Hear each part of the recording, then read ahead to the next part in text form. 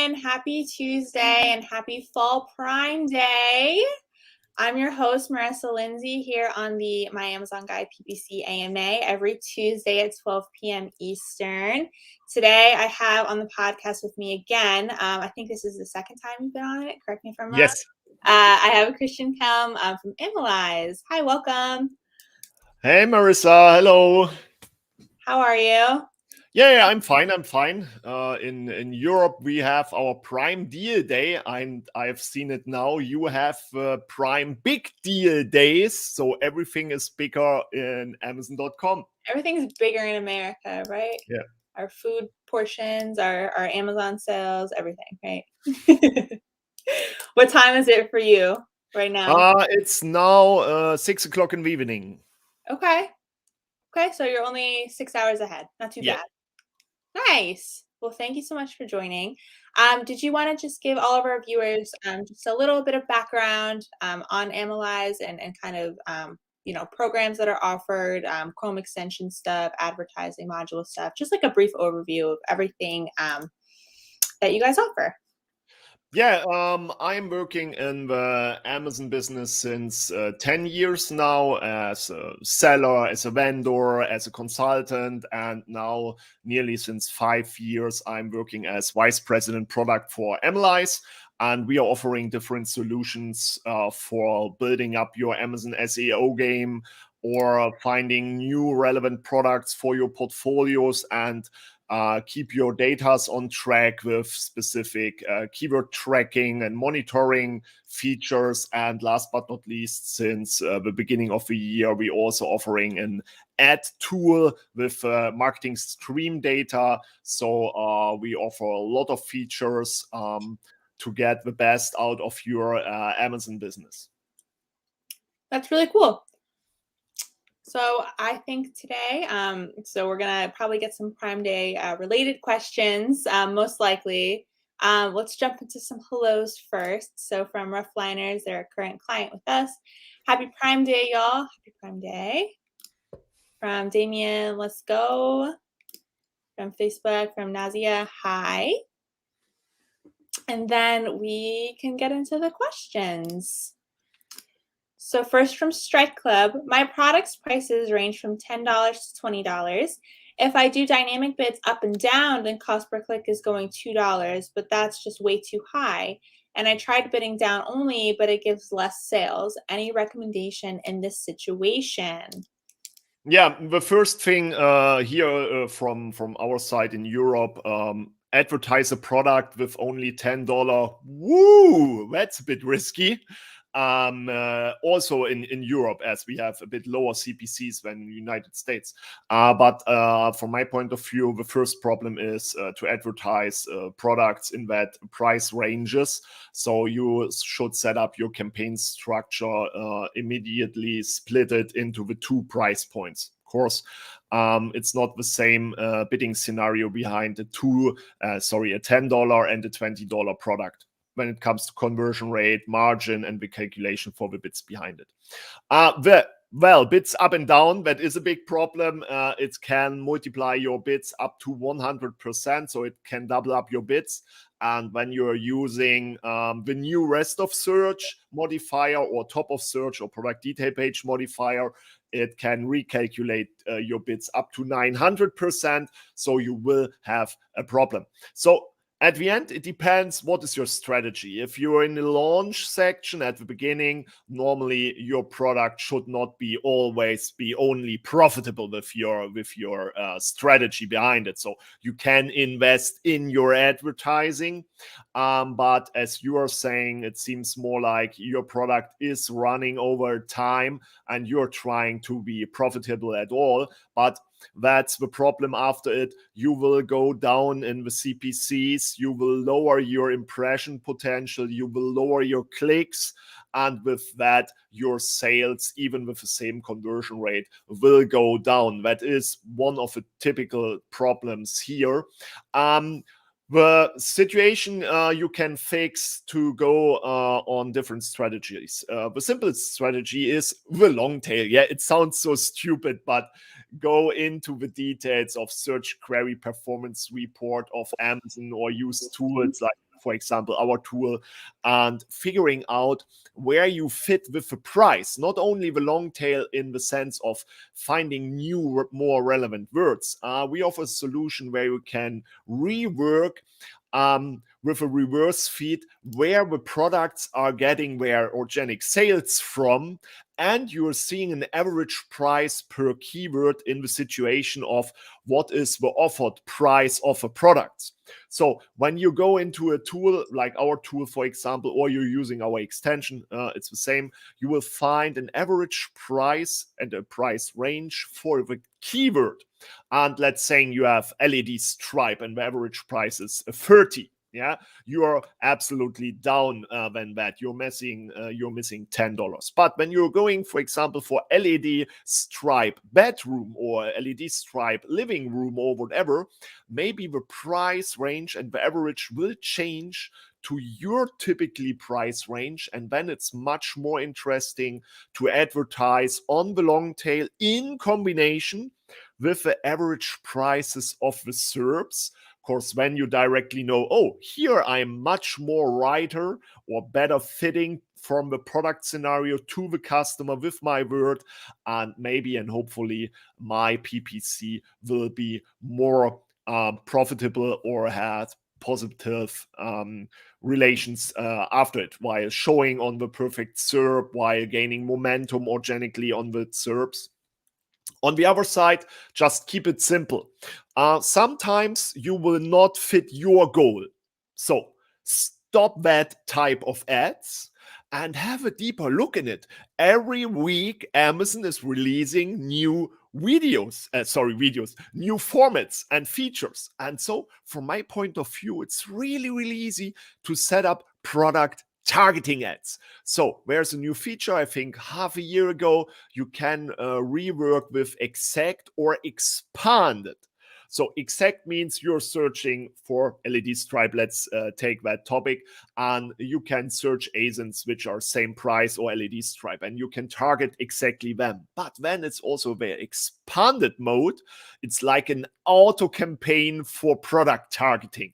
And Amazon will show you for different targets which are related, closely related, and which can include substitutes, complements, and other products shoppers engage with related to the original product. So you can always go a step forward instead of trying to fix your problem with the bids and figuring out which is the next possible ad and ad strategy I haven't rolled out in my account. From my point of view, to keep it simple, stupid, set up one ad per day will have you 30 days in 30 ads in 1 month. And so you will run against your competition. You will go in front of them. You will always stay on updated solutions and ideas Amazon is offering. And so everybody's only focusing on a few keywords and managing the bids, but keep an eye open on that new opportunities Amazon is offering us with PPC every day. Yeah, I think that's a really great explanation.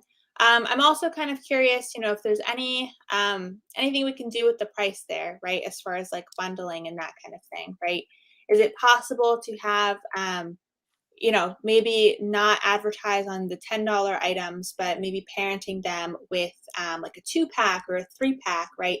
So you're still driving traffic to that same listing, but maybe it'll help out your margins a little bit as far as offering more options for people to convert on, right? And you're in the United States, you have a big benefit instead of Europe. Of course, in Europe, the virtual bundles are only available since over 10 years for the vendors only.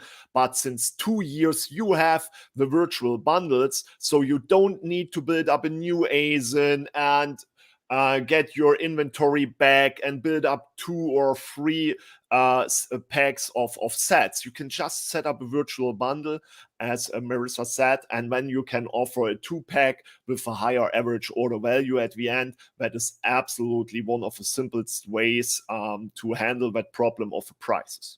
Yeah, I'd also be curious if there's any kind of sales patterns that you noticed. So I know some clients, don't really sell any product on the weekends. Some, clients really only sell on certain days of the week, depending on what their product is.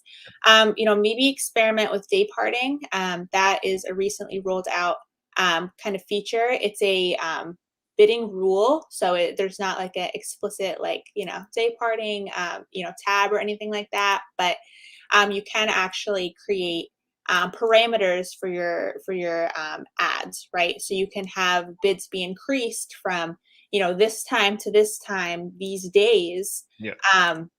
But just an important note there, you can only increase the bids. So this will Yeah. require you to actually lower your bids probably before you put any bid rules into place, and then you can decide what percentage you're comfortable with actually those bids being raised. So definitely want to make sure you're staying on top of something like that, but it definitely can decrease your ACoS and help you out a little bit if you're noticing any trends like that.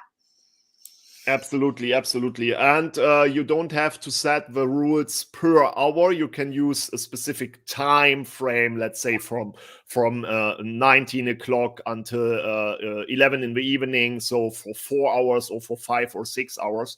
And what I really liked was your comment about the daily behavior. So if you are more into a B2B product, you will see that shifts on the one side only selling from Monday to Friday.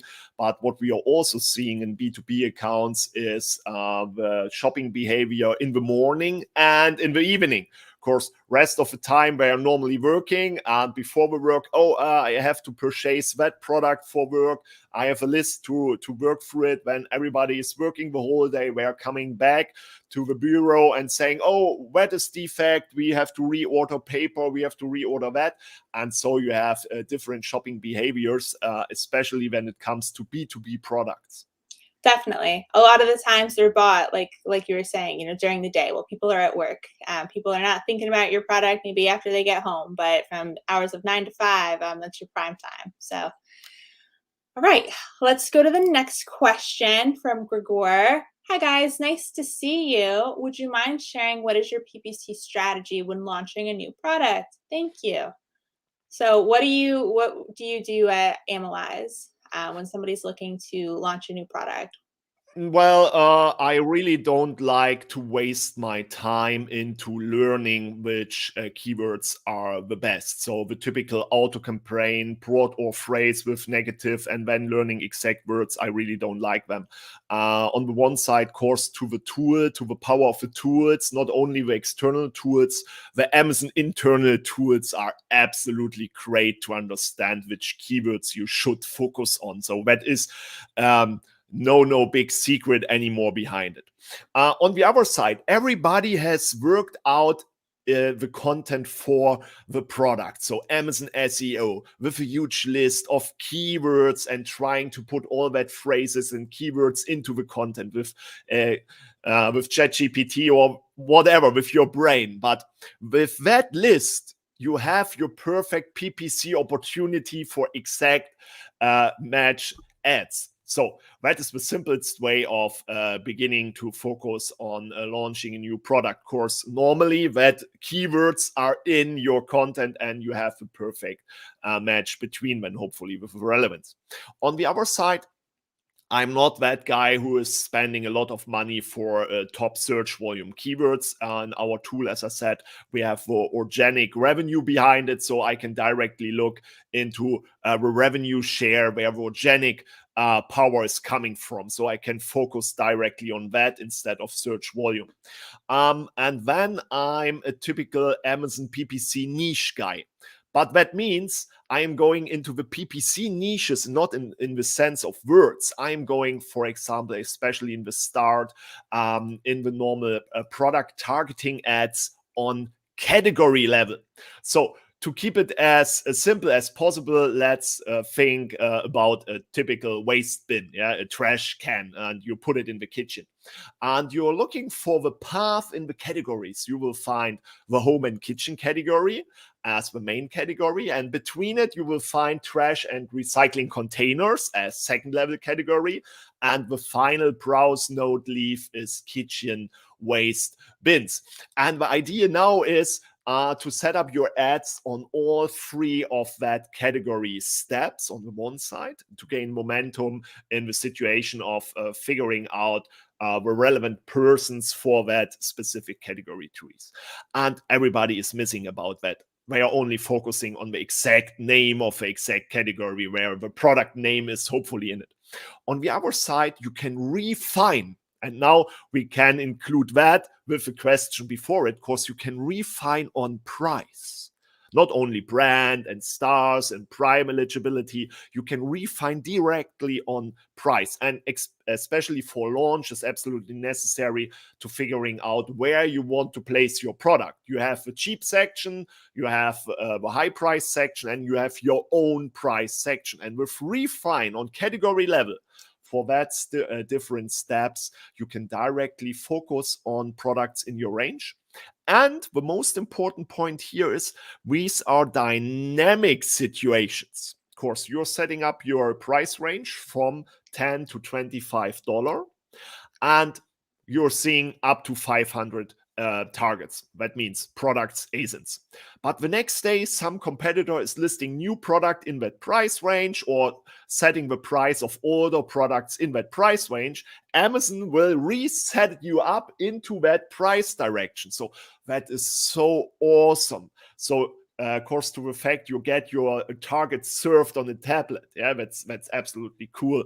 And with that feature, it's the only feature, product targeting on product category targeting, that is working in all three of the ad formats: sponsored products, sponsored brands, and sponsored displays. We know it, keywords only available, sponsored brands and sponsored products. So you have one solution that fits in all three of the ad formats. And when you have your list of categories, you have to copy them. And on the other side, if you're going into product targeting, you have your list of products. You just have to copy them.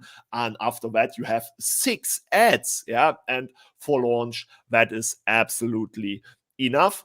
And it took time. It will take a lot of time to reach your specific goal. So make sure you set up a goal. For example, reach a specific position in BSR or under a keyword or a number of sales. Of course, you need the sales velocity. Or you're saying, I need that sales to rework my wine program and have enough reviews after 90 days or maybe after 180 days to mess up with the competitors. So focus on the lower keywords where more sales are possible, but don't try to gamble with the big ones in your competition. And after different amount of time, that doesn't need to be, as I said, 30 or 90 or 180 days. It depends, as always, the number one answer. And then you can rework your ads. First, you tried it with specific niches or the keywords or products, and then you're going into the big competition after you have run a few miles in your PPC shoes. Definitely. I think it's a really comprehensive strategy. Here at MAG, so we normally like to start out with Helium-10 research. You can use Jungle Scout too if that works for you. So just kind of seeing, what your competitors are doing. A lot of SEO phase 1 for us focuses on pulling, the words that your competitors are using, right? What words are they using to show up in the spaces that are relevant for them, right? You want to show up in those same spaces as well. And then, really as far as PPC, I personally like an auto campaign, even, just to have running at a very low budget, Yes. just for like research purposes. I don't really believe in spending a whole lot of money on them. But some of our best performers sometimes are auto campaigns, and they do help to funnel some information into the search query performance report once those are available to you. Yes. So, just kind of as a reminder, you won't really get access to those brand analytical data until number one, you're brand registered, and number two, you actually have some history in the weeks, months, and quarters for your own products. Yeah. Exactly. So, start externally for that research and then bring it more inward as you start to have more of your own keywords related to your product searches, and you can go through that funnel and see what's getting impressions, what's getting clicks, add to carts, and purchases.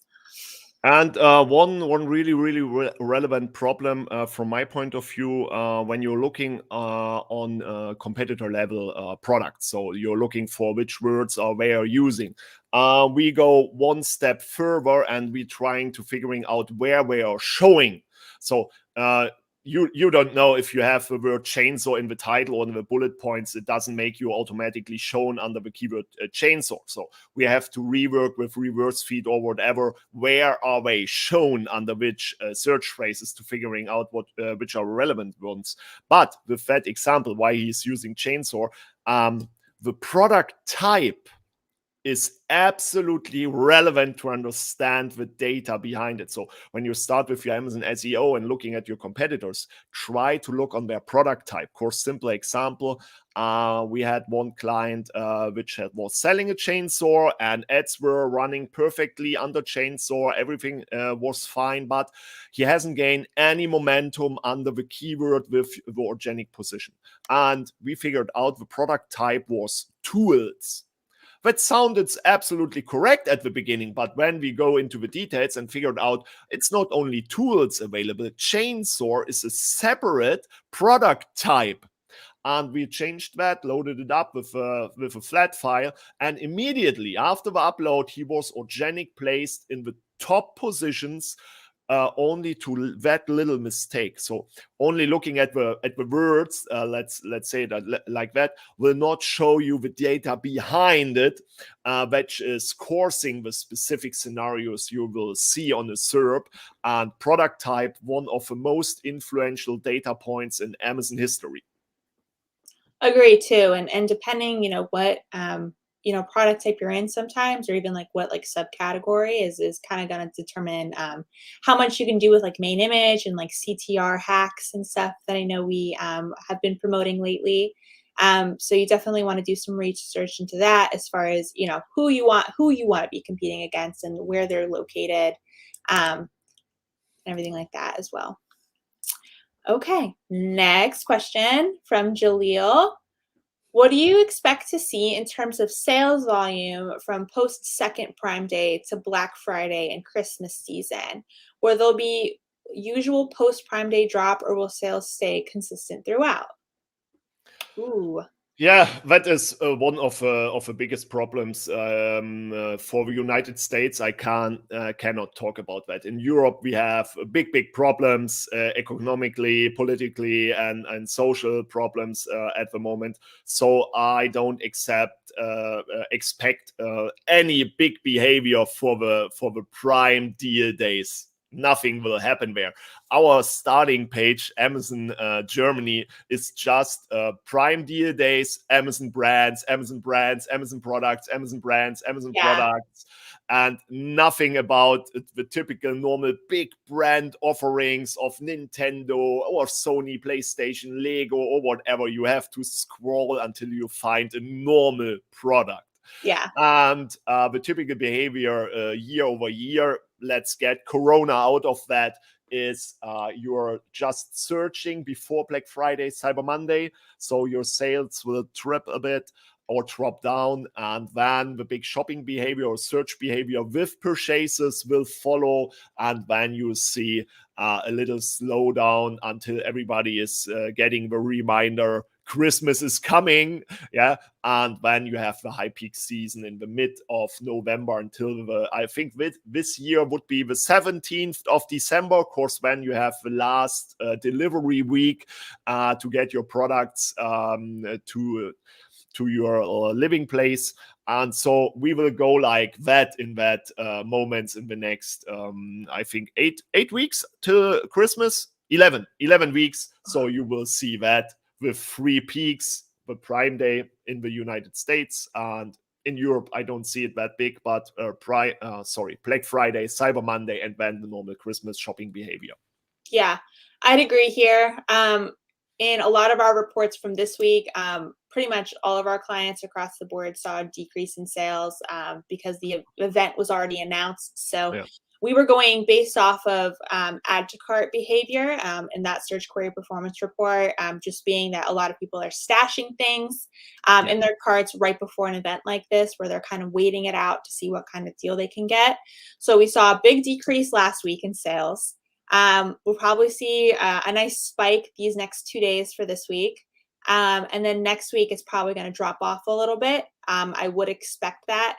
As far as now to Black Friday, I think the potential here is probably going to be in pulling that brain analytical data post Prime Day, right? So whenever they release that report next week, I know in July it took quite a few days. It wasn't available. Yeah, 3 days or so when you get Thursday the data or something. I couldn't get it until, because there's just like so much data to go through.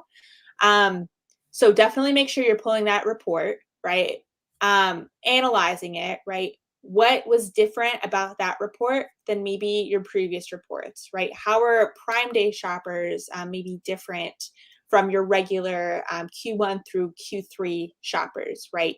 How are people who shop for the holidays and that kind of thing? How do they differ? Are their age ranges different? Are their demographic data, is that different at all?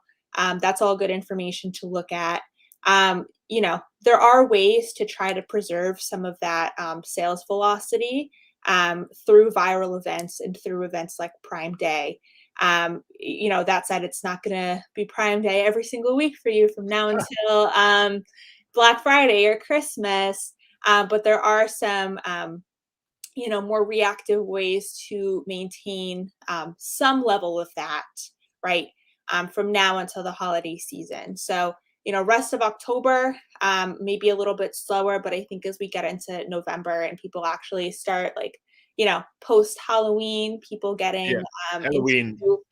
and that's kind of the holiday start for a lot of people. Like they'll go from Halloween music to like Mariah Carey November 1st, right? But Yes. that's the switch in a lot of people's brains. So that's what I would expect to see. You'll start seeing more of an uptick as we get into November post Prime Day.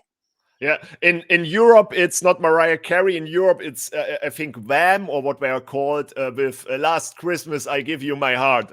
Yeah. Yeah, when okay, now the season has started, definitely, yeah. All I Want for Christmas Is You. And then, once the tree goes up in New York City, all bets are kind of off once they do that ceremony and stuff. That's Christmas for me personally. Okay. Next question. I have 30 campaigns and I managed to make it very chaotic. Any tips for organizing messy campaigns? I have 1 to 2 keywords of 5 in each campaign performing, the rest not so much. What to do with that? So this is a structuring question. Yeah, the main problem here is the first question should be, why only 30 campaigns? So in a normal setup, when you're using all relevant ads, not only keyword-based advertising and auto campaigns, so we are talking about RES, sponsored brands, sponsored displays, and product targeting, category targeting, and so on. You normally have up to 75 campaigns normally. The chaos normally starts with the wrong namings. Yeah, you have to start with a correct naming strategy. Yeah, even if you can filter for it, like the typical ad console filter, if it is sponsored product, sponsored brand, or sponsored display, make sure at the beginning of your naming for a campaign SP, SB, or SD. Definitely.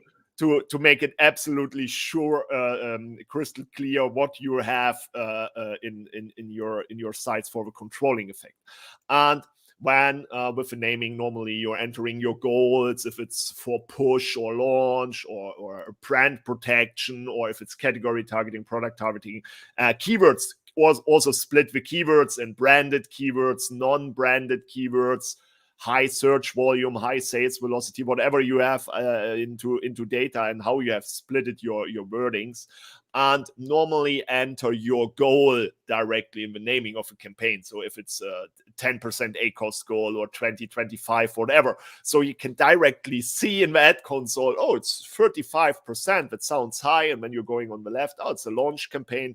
Oh, my goal is 50. I'm a 35. Oh, that's awesome. I can spend more, for example. So the chaos normally starts with the naming.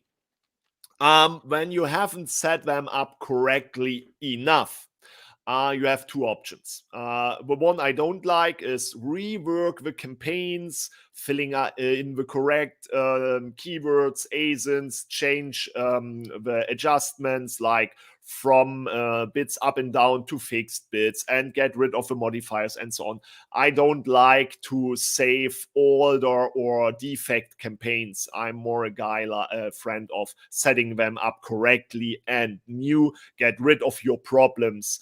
So that is also a normal good way. But don't make a hard cut. When we are running good, let them run, set up the new ads and build up your momentum, and then find the sweet spot to change the both systems from the old ones to the new ones. All of us have to change, for example, with sponsored brands. Of course, since 1 week, you have the page visit options as goals, and on the other side, the VCPM goals.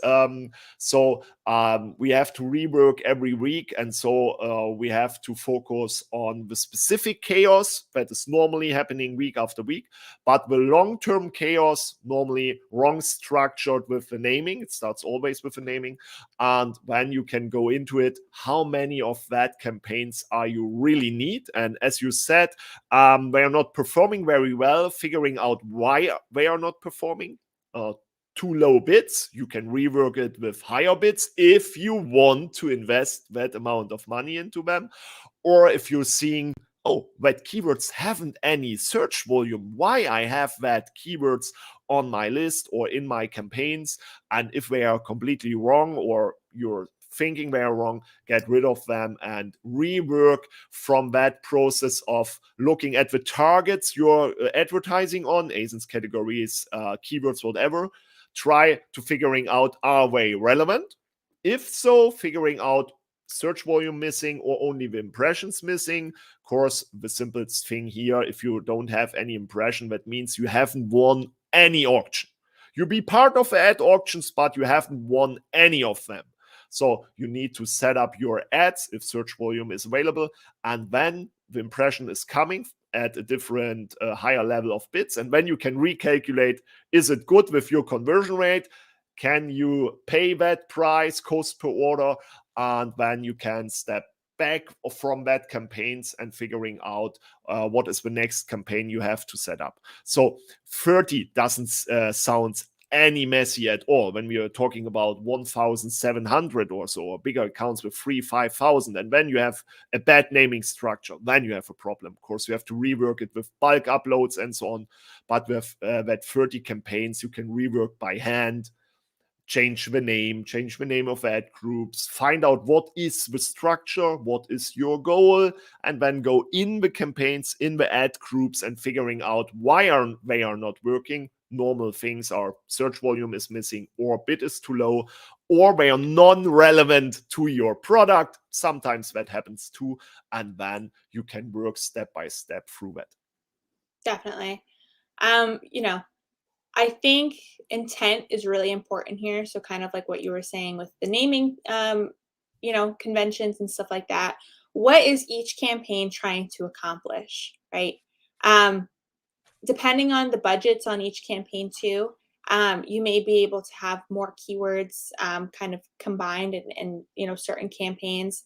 As a general kind of rule of thumb, I don't really like to mix match types together. So like exact with phrase and stuff like that. That can get a little bit confusing for sure. And then I also don't really like to put any more than 10 keywords or product targets within a campaign.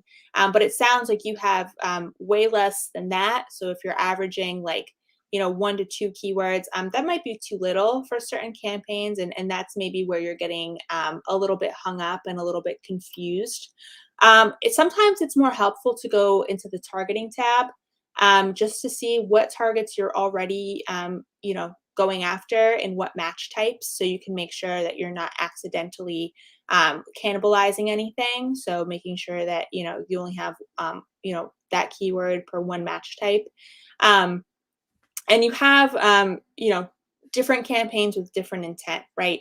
So using certain words for exact match types, for videos, for phrase, broad match modifier. Do you have defensive campaigns set up so that are like self-targeted? Do you have different types of creative campaigns, right? Or are you just kind of duplicating the same thing over and over again with one or two keywords like per campaign, right? I think performance is really kind of going to depend, like Christian was saying, on whether it's an impressions problem or a bid problem, click problem, even like a relevancy problem. So definitely make sure you're looking to those search query performance metrics to make sure you're relevant, and just do a search of your product. That's one of the top things I tell people to do. If you go into Amazon, just look up your brand, see what comes up. Do you have another competitor coming up in the top slot for a sponsored brand header, right? How are you going to kick them off? Look at your own listings, right? Who is advertising underneath your products? Who is front and center? Are you advertising on your own products? Are you being defensive and having other variations at the bottom? Like, what are you doing to capitalize on all of your Amazon real estate, right? So hope that answered your question. Don't be afraid to pause what isn't working. I know we go over this a lot as far as like what's the optimal amount of clicks to wait out for before pausing something. Really going to depend on margin, like I think we've said on this podcast before. But generally, anything in the 30s, 40s, you're probably not doing too hot on those. It's probably time to move on to something else, try something different. And you may be surprised, like something doing really well in like, phrase match, just, you might put it in exact and it might just not do as well for, either if it's because of the algorithm or, just because, so hopefully that helped. Let us know. And one of relevant things you said, the target section in the ad console is one of my favorite sites in the ad console. Absolutely underrated section. It's so wonderful to just enter a target, keyword, whatever, and you're directly seeing in which ad groups and campaigns you're having that targets duplicated. Sometimes, as you said, you're spending a lot of money into one keyword, but only one is profitable, the other one is getting the impressions, and the other one is just wasting money. And when you can get rid of your duplication problems in your account, course, the targeting tab is working in your whole account, not on ad group or campaign level, not on portfolio level or so. That is absolutely underrated. One of the best sites Amazon is offering. Definitely. Okay. Next, so before hiring MAG full time, I use the MAG SOP on segmentation, do an initial setup for my product launch. I would highly recommend the SOP library. The ad segmentation will make your money back. Thank you for the plug. We really appreciate it. We offer our MAG SOP library on either a limited time basis or lifetime access. They're two different price points. So definitely make sure you check that out. It looks like we have some people looking for jobs as well. So we have Anil. Sorry if I'm saying that wrong. Anyone give me an interview. And then we also have from Super, as an aspiring PPC specialist, what are the ways to get in the industry, even if you have no experience and only have courses to back up what you promise? A lot of people know that I started as an intern here at My Amazon Guy, a little over a year ago.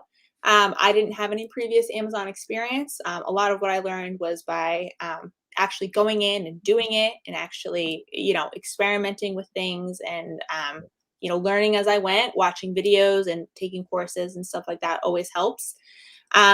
We're always hiring. So I don't know, we can share my screen here real quick. So I have the website pulled up here.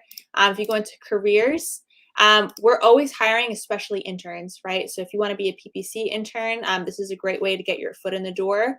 I started as a brand manager intern, and that's how I eventually got up to brand director with some time and some experience. But always hiring for whole bunch of different positions, so PPC jobs, that kind of thing as well. If you're interested in that, definitely make sure you apply. Okay. What is the kind of path to applying at AMALYZE for you guys? Well, as I'm coming from the product management, I've worked as a product marketing manager. I haven't had to do anything with Amazon. I was working for the products and place them on the shelf. And I only had one question in that time: how can we go on the online shelf? So everybody was asking, what's online shelf? I said, Amazon online shelf.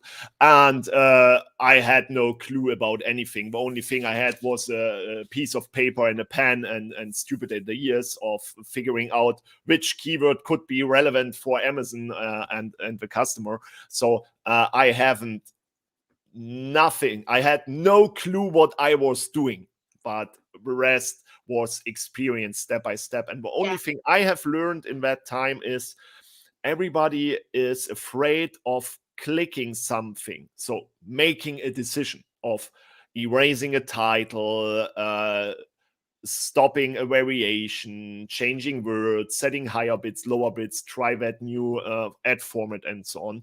And on the other side, in the time of social media, just go on LinkedIn. And if you have something to say it as loud as possible, and you will get resonance from all the other ones. And they are saying, no, don't try this in your account. That is some bold advice there. Yeah, you might get yelled at, but you will learn. Yes, always.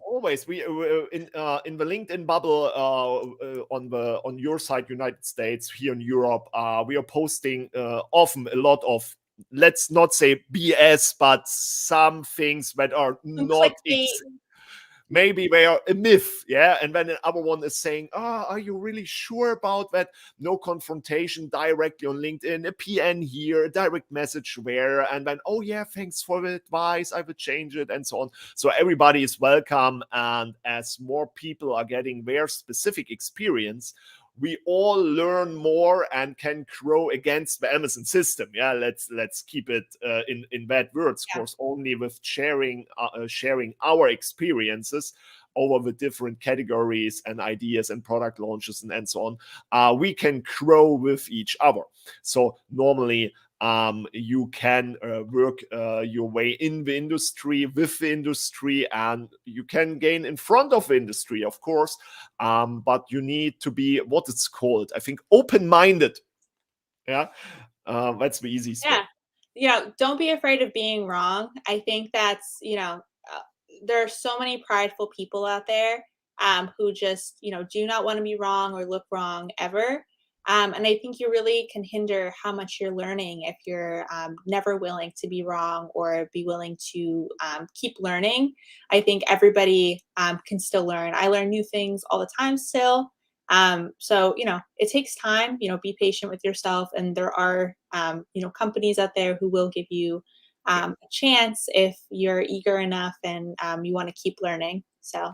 And one relevant point, as a lot of people working in the industry since 10 or more years, don't believe everything the old dogs and cats are talking about. Of course, the things are changing, and we have learned that is not working. And then somebody came in, didn't know it, and set up a specific campaign and has wonderful results. And everybody at the beginning, when he or she would ask, can I do that? Everybody's like, no, that's not working.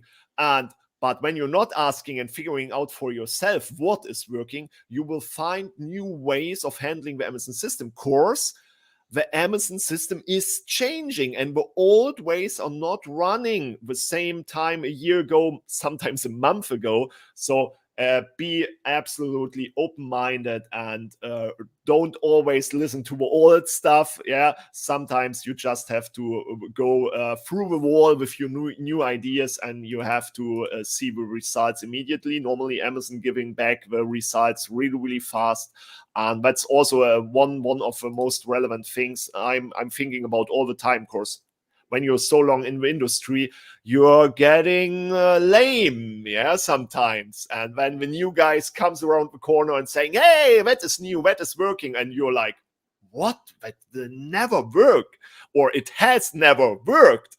And then you are the new guy, and you can learn from the new participants in the industry. Yeah, definitely. Can I change the ad group name within the console or just by file? I can't seem to find the option to change the ad group name in the ad console. So yes, you can. You can also change campaign names. So at the ad group level, you just have to click into the campaign, and then on the sidebar there, it'll say campaign settings, and then you can actually change the ad group. You have to click in the title to change it. Yeah. But you can. It is possible. Yeah. Okay, this is probably going to be more of a me question. Can you please help me understand what is keyword redundancy and why we should avoid it during indexing phase of a new ASIN? So they're referencing our SOP library there. So what this means is, using the same keywords over and over and over again in the indexing phase isn't doing you any favors, right? You're trying to index for as many different keywords as possible. And using the same ones over and over again, it can help ranking, but you're not going to be showing up for as many opportunities as you could be if you were to branch out and include like Spanish in your SEO, or misspellings in alt text, or really branching out as far as how people are searching for that product. So that's why we advise against keyword redundancy. I can't tell you how many times I've been doing listing audits for people or ASIN reviews. And I look at their alt text, right? And it's like the same words all over the place. And you're not helping yourself. You're not getting into as many spaces as you can. And for a lot of this, this is a great way to test with your organic SEO, right? If you are not at the stage where you maybe really want to be paying for a certain keyword, you can just include it organically only before putting it into your PPC. And you can see, in your search query performance reports, if there's been any purchases or anything like that on those keywords before you actually start ads on them. So that's why we avoid it as a general practice. Just to make sure that, when you're first starting out, you're not limiting yourself or putting yourself in a bubble. Yep. There are only two reasons to do so. The one is if it is a specific data field which is connected to a filter on Amazon. So everybody knows it from desktop. On the left side, there are a lot of filters, and a lot of technical data is placed there as a filter. Attributes. And that, for example, attributes and more, that is the only reason why you should maybe say wooden chairs in your title, and also fill the data field wooden chairs, of course, when it gets a filter connection. On the other side, don't get it wrong when you're talking about keyword redundancy. It's not about naming a specific phrase, for example, 6 pieces wooden chair for children, and you can have wooden chair in the title. But you're now focusing more exactly on a phrase. Sometimes that could be absolutely interesting when you're focusing on different phrases. Of course, it's not only about the keyword. Sometimes it's about the phrases, and that's the second thing. I would say that's the only things to even think about that idea. Of course, with the new language algorithm programs Amazon has released, we are combining more and more stuff together and understanding your listing, even without that all standard of repeating and repeating. That's not working. Definitely. Okay. Just launched a new product. Is it still advised to run an auto campaign as part of the launch? So we kind of touched on this earlier in the live stream. Absolutely. Yeah. Absolutely. I, as I said at the beginning, I'm not a friend of wasting money and time in that section, in that system of auto campaigns, broad phrase negative, and finding exact keywords. Auto campaigns will place your product on ad spots you're not reaching with a normal advertising. So always have your auto campaigns running. And as we have talked about at the beginning, Marissa said it before, you need that auto campaign sometimes when the behavior of the customer is changing. So we are starting, instead of LED stripe decorations, to search for LED stripes bedroom. And you haven't anything about bedroom or gaming room, as it's a big hype with LED stripes also in the gaming industry. And you don't have that in your content. The auto campaign can work as a reminder. Hey, well, I found gaming room and bedroom. Please don't ignore me. So auto campaigns can be a little trigger and reminder to keep you at the updated search behavior of your customers. Definitely. Thank you for the wisdom. You're so welcome. I'm glad we could help. And then having to compete with people at a senior level has been difficult. And internship sounds like a plausible way to get the foot in the door. Thanks. Yeah, you're welcome. Please apply. But one more question. Any realization you guys learned in practice? It seems like a dumb mistake now, but it was an aha moment when you learned it. So many. Like, how do you choose just one? You know. I have, when it comes back to Amazon, one of the biggest things was the product type. Learning about product type, understanding the usage of product type and how it is connected to different keywords and keyword levels. Everybody was thinking about, from my point also, you need a specific category to gain the bestseller. Take absolutely uncompetitive category and get your bestseller badge with absolutely wrong product types. And then I've learned, like I said, with the tools and chainsaw, how impactful a wrong product type is. And from my side, from my knowledge here in Europe and Germany, over 70% of the mistakes while losing organic traffic is always directly connected to the wrong product type, and not also by your choose, as you set it up your product correctly, but Amazon is changing them. And when you don't have that in your daily or weekly protocol to check up, you will see your ads are running perfect, but your organic momentum will going down. So that was one of the biggest things I've learned, as I've done it always wrong.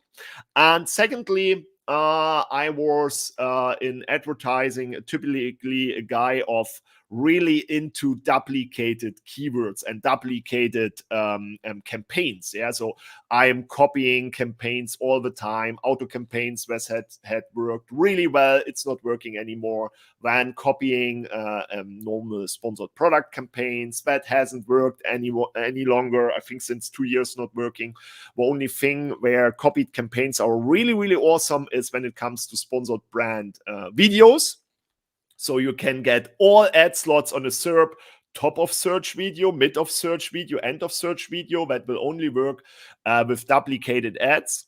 And the last thing I've learned hardly this year, when you're not having the, let's say, perfect account structure when it comes to advertised ASINs in your ad groups, you will always see absolute chaos when it comes back to ROAS or ACOS. Of course, simple situation. You are advertising 2 products, as at the beginning of our session, $10, $20. You're going to the keyword, let's stay with LED stripes, and you're setting your bid for $1. Now you will see ad behavior for both products. Both are shown, of course, both are in the ad group. And on the one day, a customer is purchasing the $20 product, and now your ACOS is absolutely wonderful. Maybe you will raise your bids. The next time a customer will purchase your $10 product, of course, both of them are in that ad group advertised on that keyword. You have absolutely 2 high biddings for a 2 low priced product. And that will change the whole week, the whole day, every hour, every minute. And you have to split your products in advertising for the specific prices to make sure to not run into that problem. That is one of the biggest problems I'm seeing when it comes to advertising, and we are looking in the accounts, we are seeing that movements in the average order value. And with that movement comes the ACOS movement, and with that movement comes the bid behavior behind it, and that is one of the biggest failures I have realized this year. Definitely. I think mine would probably be as far as like bidding, right? You don't have to necessarily, you know, follow Amazon's suggestions or their suggested bids. A lot of the time, they are very elevated because they want you to spend money, right? So I think, and this is for like a lot of Amazon sellers too, you kind of get more jaded, maybe is the right word, or more, you know, aware of Amazon just being Amazon and kind of some of their tactics and maybe what you really need to bid versus what they're telling you you need to spend on your ads, and kind of being able to modify from there. And, maybe, just aligning some goals. I'm always going to have my own goals and my own growth that I want to see for client accounts. I think it's really easy to get a little bit carried away. So making sure that you're keeping in line with what your client wants and not just what you want for the account, even though you feel like, there's a lot of ownership there, right? Or you feel like attached, you do have to keep in mind that, um, you're working for a client a lot of the time, so you have to make sure you're aligning with their goals and with what's important to them. And for some people that's tacos, for some people that's ROAS, and for other people it's ACOS, right? It really, how they define success, it's defined differently for everybody. So okay. All right, so I think that kind of brings us to time here. I wanted to give a few minutes to do some light promo. So first of all, we will share AMALYZE. So this is their website they got going on here.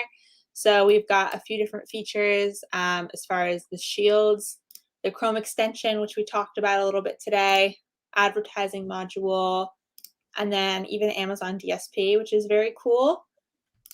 So definitely check them out there. There's a link at the bottom.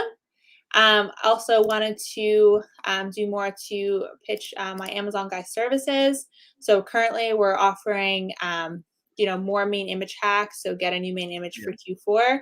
So if you go into the learn more, you'll be able to see a lot of examples as far as some before and afters for what we've done for main image hacks. Again, largely kind of dependent on what category you're in and how much you can kind of get away with there. I know supplements is really great for this, especially including some of, ingredients and things like that. Packaging is always recommended. And you can get away with some text sometimes if they think it's affixed to packaging or like a tag or something like that. People like to see what they're getting and everything like that. So definitely, worth it. Again, we're always hiring. So apply to our jobs. And then we also have coaching sessions. So I just had one right before this podcast. That's why I was a little bit late to the countdown today. So yeah, you can book a coaching call with myself or Jason, Tom, Faith, Kristen, Joe, for CTR hacks and stuff. John's great for those. Fran's great for growth strategy as well as PPC. And you can still email a question to Steven as well. So coaching calls, these are some of the best ways for me to be hands-on. And, if you want to pull up your advertising console or anything like that and just kind of go over like what isn't doing well, what can probably be cut or what's, my recommendation. Great tool there. But other than that, I hope everybody has a fantastic Fall Prime Day. I wish you all the luck in the world. I hope it's as rewarding as you've prepped. I know we've done a lot of work to update budgets and spend, and have deliverables ready by fall Prime Day and all that good stuff. So hopefully we'll all see some fruits of our labor in the next 2 days.